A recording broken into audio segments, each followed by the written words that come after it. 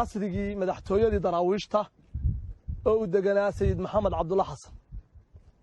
gurigan sida runtaa waxay talax ku lahaa guryo 4 qaybood kala ah qaybtani waxay ahayd qaybtii madaxtooyada gurigan intaan la dumin wuxuu ahaa guri dhowr biyaana ah oo runtii is saaran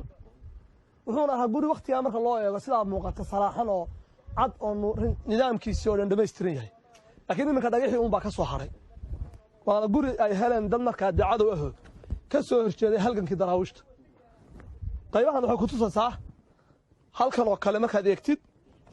salaankii guriga qaybta sare loo fuuli jiray inuu halkan ahaa jaranjaradii oo halkan ka baxaysay kabacdiina binada korkeeda sare iyo guryaha kor isu saaran laga geliyo waa kan casrigiisi markaad aragtid guriga salaaxan oo la hagaajiyey buu ahaa dhagaxani dib buu ka soo baxay burburkii dabadiis sidaa darteed sida halkan ka muuqata waa qayb kale guryihii ka mid ah oo aynu sii gelayno sida ka sii muuqatana guryuhu waxay sii leeyihiin guryo kale oo qolboqol kasii dambeeya oo halkan waxaa ku jira qayb qasri ka mida qayb kale qasri ka mida sidii madaxtooye ahaan jirta guryo iska sii dambeeya waa kan salaankii qaybtii cagta laga saarayay ee dabaqa sare loo fuulayay ee ku tusaysa inuu lahaa salaan waqtigan la joogo standardkiisu waa halkan ka muuqanayo waa meelaha ay ku tilmaamaan halayska ninkii fikado fariin geeyo falaad fasalkeeda sheeg gurigan aan joogno ha googo'a iyo sida uu xidhan yahay iyo qaabka uu leeyahay fasalkeeda sheeg naqaha darwiish baa kamid ah darwiishta ku heelin jiray ninkii fikado fariin geeyo falaad fasalkeeda sheeg meesha inta la qasriga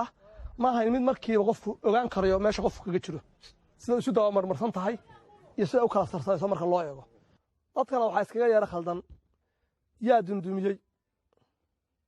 waxaa laga yaabaa qofku in isweydiiyo fakar yaroo ah diyaaradii baa dundumisay markuu diyaaradda ku dundumiyey kabacdigeed 3 sannadood muddo gaadhaysa ayaa ciidamadiisu intay yimaadeen gacan ula yimaadeen oo dundumiyeen huwantii uu watay saanacadaalihii markaan sida daraawiishta u caddeeyo ingiriisku qaybta labaad oo silsiladna waa qaybtaa muuqata taa ka sarraysa ee buurta saarana waa daar ilaalo oo waa xarunta ilaalada tii saddexaadna wuu baabiiyey oo daawad la oran jiray xarunta farsamada ah ingiriis baa baabiiyey oo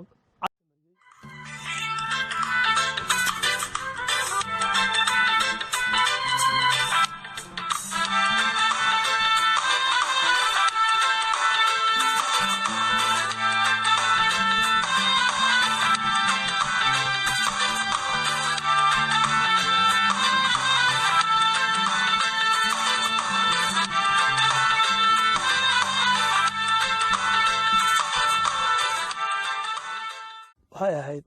dhaqdhaqaaq gobonimo doon Soomaaliyeed oo runtii taariikhda marka la eego taariikhda ugu ballaaran ee Soomaaliya dhex taala ay tahay muddada qalcadan ay dhisnayd oo runtii dadku siyaabo kala duwan ay qoraalada ay u soo gudbiyeen marka loo eego laakiin waa muddo ka badan 100 sano waxaana qarnigan hore dhammaaday ee 20aad iyo qarnigan 21aad oo hadda ku jirno oo bilowga ah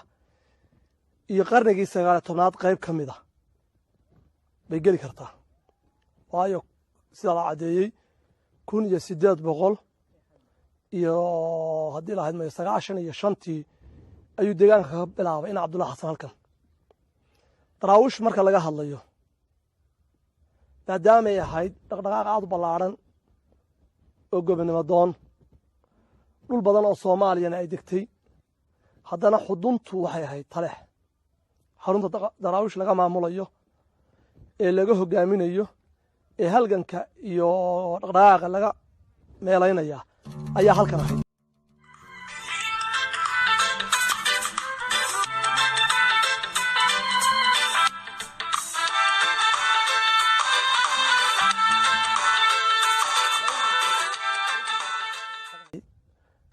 gurigii madaxtooyada ee daraawish oo qasrigii madaxtooyada ahaa falaad maantana waxaan dhex fadhinaa qalcadii ciidanka dhexdiisa ahayd qalcadu surida runtii ka muuqata qaybtana waxay ahayd midigta haddeer inaga xigta dabaqadii labaad markaa dhismaheedu gaadhay binadii labaad ay saarayd qaybtan kalena waxay ahayd qabyo aan dhammaystirmin dhismaheedu oo markaa la wado qalcaddu waxay isugu jirtaa sida ka muuqatana baahi ciidan oo dhammaystiran waxay leedahay goobo ay ka dhex qodan yihiin ceelashii oo ceelashii qayb ka midii iyagoo dowray waa kuwa hanan ka muuqda haddeerto aan la dayac tirin halkan dabadeenna ana waa ceel qolkan dabadeenna ah sidoo kale qolalka halkan ka soo jeeda oo khudbaddan yar ku beegan waa ceel dhammaan meelahan goolka u samaysanna waa bakaarihii raashinka lagu kaysan jiray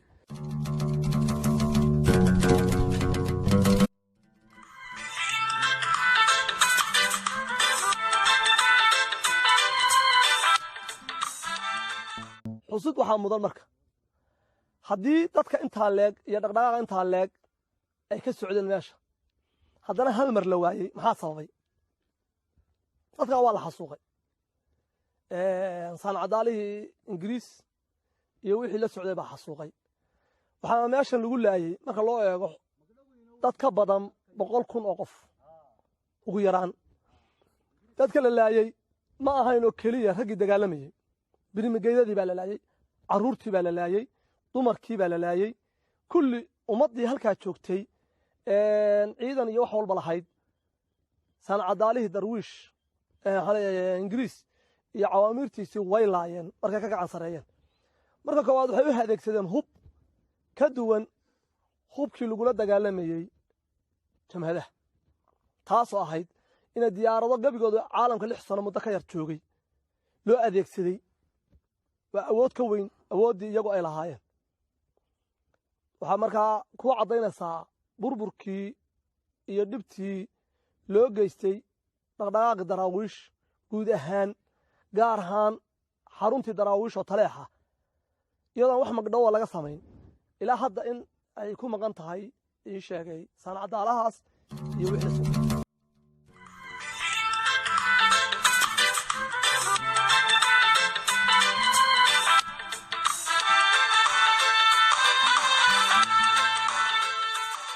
runtii maanta marka loo eego taariikhdan wax saacado iyo maalmo iyo wakhti kooban lagu qaadan kara maaha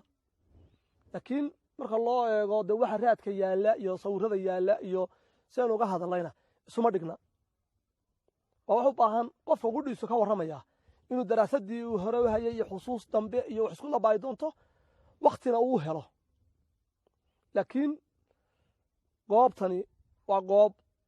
hanti Soomaaliyeedna taalo tacab Soomaaliyeedna yaallo taariikh Soomaaliyeedna taalo la oran karana guud ahaan way ku filantahay ummadda Soomaaliyeed reer Taleex runtii waxay isku dayeen inaan la burburin dhagaxaas isagoo ag yaalla bay buuraha 15aad u doontaan dhagax intii taalkooda way badbaadiyeen hal dhagax oo ka mid ah lama qaato baan u baahan yahay magaalada dhisma ka soconaya ilaa iyo maalintii Cabdullaahi Xasan ka guuray ka bacdigeed intii la degay waa la dhisay inta haddii qof dhagax qaato waa laga dhigay sababtu waxay ahayd inaan taariikhdu lumin waana inta keliya ay qabteen ay ku dadaali kareen